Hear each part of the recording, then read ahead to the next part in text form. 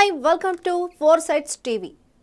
రాష్ట్రంలో రెండవసారి వైసీపీ అధికారంలోకి వస్తుందని నర్సీపట్నం సిట్టింగ్ ఎమ్మెల్యే పెట్ల ఉమాశంకర్ ధీమా వ్యక్తం చేశారు.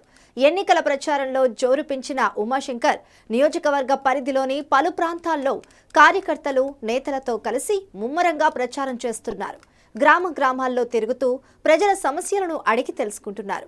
మరోసారి జగన్మోహన్ రెడ్డిని అధికారంలోకి తీసుకురావాలని ప్రజలను కోరారు. ఇక రాష్ట్ర అభివృద్ధికి సీఎం చేస్తున్న కృషి తెలియజేస్తున్నారు. ప్రతిపక్ష పార్టీలు కూటమిగా ఏర్పడి ఎన్ని ప్రయత్నాలు చేసినా అత్యధిక మెజారిటీతో గెలిచి తీరుతామంటున్న నర్సీపట్నం వైసీపీ ఎమ్మెల్యే అభ్యర్థితో మా ఉమ్మడి విశాఖ జిల్లా ప్రతినిధి చందు ఫేస్ టు ఫేస్. ఏపీలో ఎన్నికల జోరు కొనసాగుతూ ఉంది. ప్రచారంలో అభ్యర్థులు అయితే ముందుకు దోసుకుపోతున్న పరిస్థితి అయితే చూసుకోవచ్చు. నర్సీపట్నం నియోజకవర్గంలో ఇప్పటికే ప్రచారంలో జోరు పెంచినటువంటి ఉమాశంకర్ గణేష్ మనతో పాటు ఉన్నారు. అసలు 2024 సార్వత్రిక ఎన్నికలు ఏ విధంగా ఉండబోతున్నాయి, మరోమారు తనకి ఇక్కడ ఉన్నటువంటి నియోజకవర్గ ప్రజలు పట్టం కట్టేందుకు సిద్ధంగా ఉన్నారా లేదన్న అంశాన్ని వారిని అడిగి నేరుగా తెలుసుకునే ప్రయత్నం చేద్దాం. సార్ నమస్తే సార్, చెప్పండి ఎటువంటి అంశాలపైన ప్రస్తావించనున్నారు ప్రజలతో?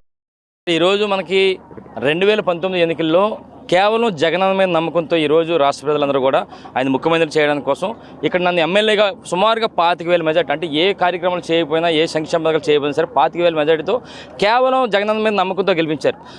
తర్వాత ఈ 5 సంవత్సరాల కాలంలో ఆ నమ్మకాన్ని వమ్ము చేయకుండా ఎన్నో సంక్షేమ పథకాలు, ప్రతి ఇంట్లో 2 పథకాలు 3 పథకాలు బ్రహ్మాండంగా చేయడంతో పాటు సంక్షేమ పథకాలతో పాటు అభివృద్ధి కార్యక్రమం కూడా ఎన్నో చేయడం జరిగింది. అందుకని ఈరోజు ఏ గ్రామం వెళ్ళినా సరే, ఏ ఇంటికి వెళ్ళినా సరే ప్రజలందరూ కూడా మమ్మల్ని అందరినీ కూడా గౌరవిస్తున్నారంటే కేవలం జగనన్న తాలూకు పథకాలు. అందుకని అందులో భాగంగానే ఈరోజు 19వ వార్డులో మరి చంద్రబాబు గారి కౌన్సిలర్ గారి ఆధ్వర్యంలో ఈరోజు అందరూ కూడా మరి ఇంటింటికి కార్యక్రమం డోర్ డోర్ క్యాంపెయిన్ చేయడం జరిగింది.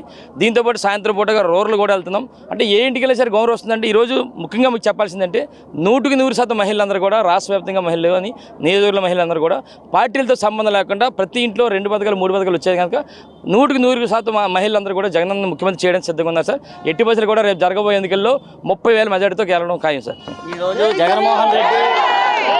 జగన్మోహన్ రెడ్డి ప్రత్యేకంగా మేనిఫెస్టోని అయితే విడుదల చేయనున్నారు.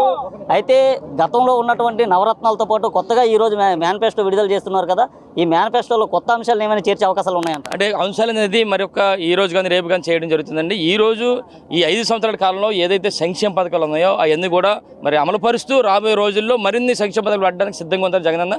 అది ఈ రోజు రేపట్లో మేనిఫెస్టో వస్తుంది.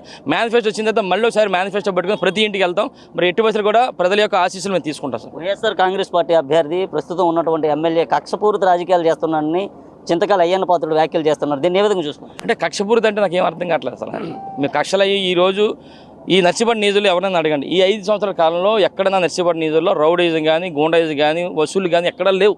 మీకు 2019 ఎన్నికల మీద నేను చెప్పాను, శాంతియుత పరిపాలన కావాలంటే నేను గెలిపించడం అన్నాను. ఏదైతే చెప్పానో ఆ విధంగానే గౌరవ ప్రజలందరూ కూడా నియోజక ప్రజలందరూ కూడా మంచి మెజార్టీ గెలిపించారు. మేము ఏదైతే చెప్పామో ఆ విధంగానే ఈ 5 సంవత్సరాల కాలంలో ఎక్కడ దోపిడీలు కానీ దౌర్జన్యాలు కానీ ఎక్కడ లేవు.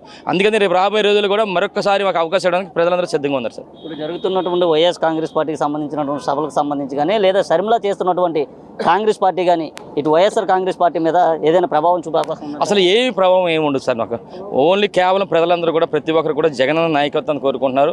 ఎన్ని పార్టీ లేకపోయినా సరే ఏమీ చేయలేరు. ఎందుకంటే జగనన్న ప్రతి ఇంటికి కూడా ఎన్నో పథకాలు ఇచ్చారు. ఎన్ని పార్టీ లేకపోయినా సరే జగనన్న ఏమీ చేయలేరు సార్. ఉమాశంకర్ గణేష్ని తప్పక ఓడించి తీర్థమంటే అయ్యన్న పాత్రుడు వ్యాఖ్యలు చేస్తాను. దీన్ని అయ్యన్న పాత్రలు ఓడించడానికి లేదు సార్. ఈరోజు నియోజక ప్రజలందరూ కూడా బ్రహ్మాండంగా పనిచేస్తున్నారు. ఈరోజు పెద్దలందరూ కూడా పెద్దలు సన్యాసి పదరి గారు కానీ ఇంకా మన ఎర్ర పదరి గారు కానీ పెద్ద పెద్దలందరూ కూడా మరి వచ్చి రావడం జరిగింది. పెద్ద ఎత్తున మా పార్టీ నాయకులు ఎవరైతే ఉన్నారో అందరూ కూడా ప్రతి ఒక్కరు ఇక్కడ కష్టపడి పనిచేస్తున్నారు.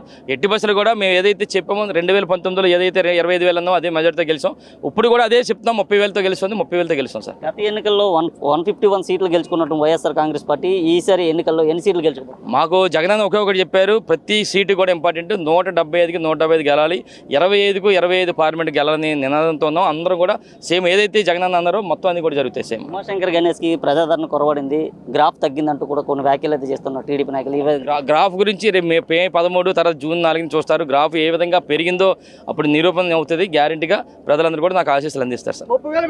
రానున్న తప్పకుండా విజయం చేస్తానంటూ కూడా ఉమాశంకర్ గణేష్ అయితే ధీమా వ్యక్తం చేసిన పరిస్థితి చూసుకోవచ్చు. అలాగే నర్సీపట్నం నియోజకవర్గంలో ఉన్నటువంటి ప్రజలు తప్పకుండా తనకి మరోసారి అవకాశం కల్పిస్తారంటూ కూడా ఉమాశంకర్ గణేష్ అయితే చెప్తున్న పరిస్థితి. వీడియో జర్నలిస్ట్ ఉదయ్తో చందు, 4 సైడ్ టీవీ, నర్సీపట్నం.